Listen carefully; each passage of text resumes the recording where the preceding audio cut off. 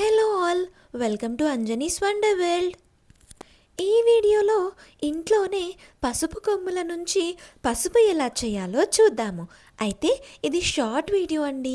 ఇందులో కేవలం పసుపు ఎలా చేయాలో మాత్రమే చూపిస్తూ చెప్తాను.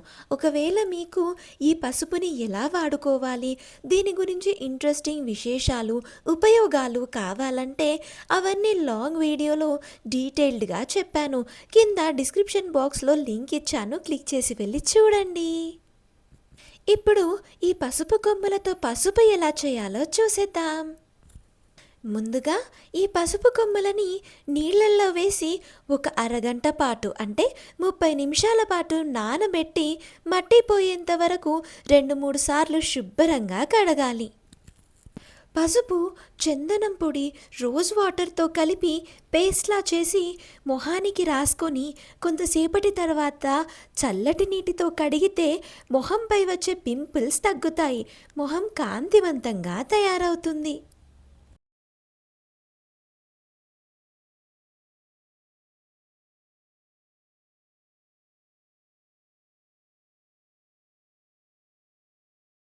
ఇలా మట్టిపోయేంత వరకు కడిగిన ఈ పసుపు కొమ్ములని ఒక బట్ట పైన వేసి ఆరబెట్టాలి.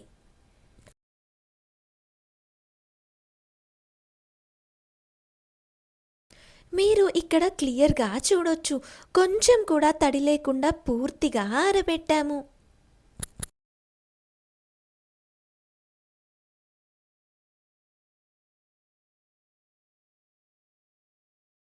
అలా తడిపోయేంత వరకు ఆరబెట్టిన ఈ పసుపు కొమ్ములని ఇలా సన్నగా కట్ చేయాలి. సన్నగా కట్ చేసిన ఈ పసుపు కొమ్ము ముక్కల్ని నీరెండలో ఎండబెట్టాలి. ఎండలో ఎండబెడితే ఇందులో ఉండే విలువైన ఔషధ గుణాలు పోతాయి. అందుకని నీరెండలో పెట్టాలి. అయితే మేము ఎండబెడుతుంది జనవరి టైంలో. ఈ టైంలో ఎండలో అంత వేడి ఉండదు కాబట్టి మాకు ఇవి ఎండడానికి 10 నుంచి 15 రోజుల సమయం పట్టింది. రోజు సాయంత్రం వేపాకు, పసుపు, సాంబ్రాణి, దిరిసిన ఆకులు కలిపి ఇంట్లో ధూపం వేస్తే దోమలను, కీటకాలను నివారించవచ్చు. మొత్తానికి ఇలా అయ్యేంత వరకు ఎండబెట్టాలి.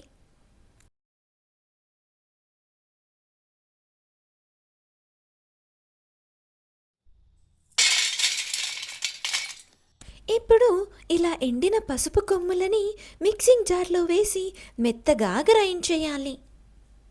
అయితే ఇక్కడ మీరు గుర్తుంచుకోవాల్సిన ఒక ముఖ్యమైన విషయం ఏంటంటే పసుపుకి వేడి చేసే గుణం ఉంటుంది.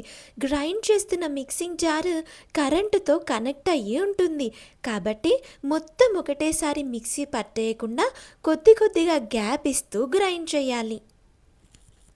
మొత్తానికలా పసుపు రెడీ అయిపోయింది. మాకు మెత్తగానే వచ్చింది, అందుకే మేము జల్లెడ పట్టడం లేదు. మీరు కావాలంటే జల్లెడ పట్టుకోవచ్చు.